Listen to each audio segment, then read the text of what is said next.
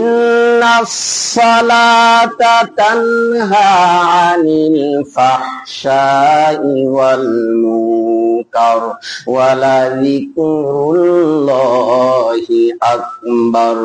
আল্লাহ তাআলা বলেন, নিশ্চয় অবশ্যই এই নামাজ যাবতীয় অশ্লীলতা, যাবতীয় অপকর্ম, দুষ্কর্ম, দুর্বৃত্ততা থেকে এই নামাজ মানুষকে বিরত রাখে।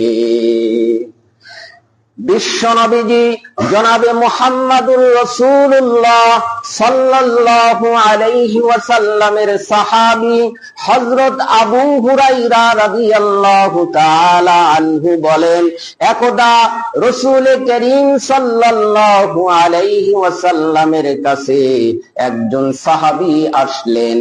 সাহাবী এসে বলেন, ইয়া রাসূলুল্লাহ, ইয়া হাবিবাল্লাহ, এই কথাটা খুবই গুরুত্বপূর্ণ, একটু কান খুলে শোনার চেষ্টা করুন।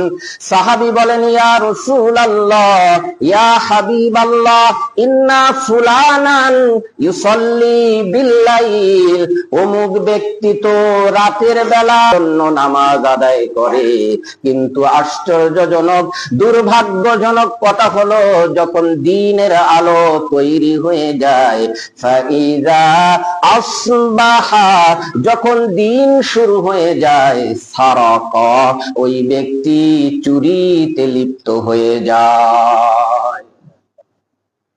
রাসূল করিম সাল্লাল্লাহু আলাইহি ওয়াসাল্লাম এই কথা শোনার পর সাহাবীকে বলেন, ফাকালা সায়ানহাহু মা তাকুলু, ও সাহাবা শুনে নাও, তুমি যা বলছো অতি সত্তর তার নামাজ তাকে সেই অপকর্ম থেকে অবশ্যই অবশ্যই ফেরাবে।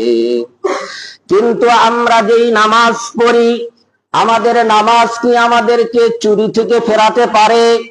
আমাদের নামাজ কি আমাদেরকে ইফতিজিং থেকে ফেরাতে পারে? আমাদের নামাজ কি আমাদেরকে দুর্নীতি থেকে ফেরাতে পারে? আমাদের নামাজ কি আমাদেরকে গরু চুরি আর জুতা চুরি আর স্যান্ডেল চুরি থেকে ফেরাতে পারে?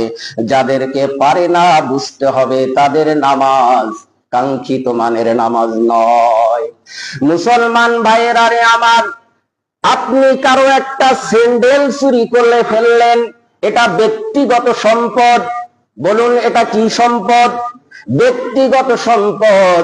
এই স্যান্ডেল চুরি করার পর ব্যক্তি মসজিদ থেকে বের হওয়ার পর যখন দেখবে জুতা নাই, আল্লাহ তাআলার শুকর আদায়